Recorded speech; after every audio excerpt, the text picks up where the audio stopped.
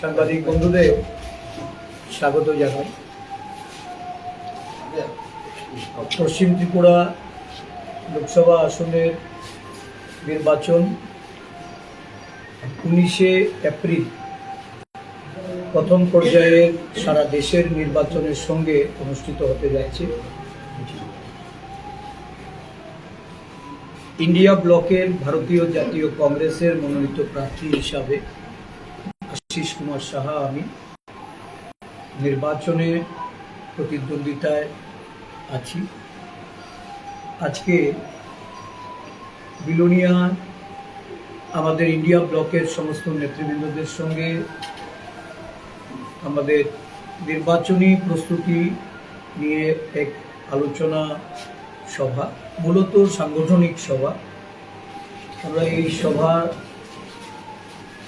সংগঠিত করে আমাদের ইন্ডিয়া ব্লকের যারা পার্টনার, ভারতীয় কমিউনিস্ট পার্টি সহ অন্যান্য দলের নেতৃবৃন্দদের সঙ্গেও আমি সাক্ষাৎ করব।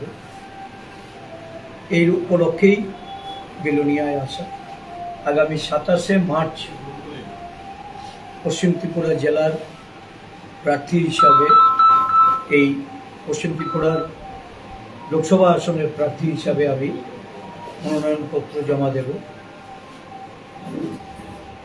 আমাদের পশ্চিম ত্রিপুরা লোকসভা আসনের সমস্ত নেতা কর্মীদের, তাদেরকে নিয়ে এই মনোনয়নপত্র জমার যে কর্মসূচি, এটা সুসংগঠিতভাবে সম্পন্ন করার বিষয়ে আমাদের নেতৃবৃন্দদের উপর দায়িত্ব থাকবে। এই লোকসভা নির্বাচন এটা আম জনতা, যারা দেশের নাগরিক, তাদের জন্য এই নির্বাচন। এই নির্বাচনে একদিক থেকে যেমন ক্ষমতা পরিবর্তনের বিষয়টা গুরুত্ব দিয়ে দেশের মানুষকে ভাবতে হবে, সাথে সাথে এই লড়াই হবে সংবিধান রক্ষা, গণতন্ত্র বাঁচানো, ভারতবর্ষের বুক থেকে বিদ্বেষ মুছে দিয়ে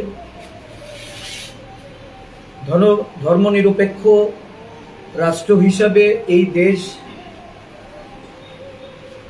স্বাধীনোত্তর ভারতবর্ষের সংবিধান রচনার পরপর যেভাবে তার সংস্কৃতি, তার কৃষ্টি, তার সংহতি নিয়ে ধারাবাহিকভাবে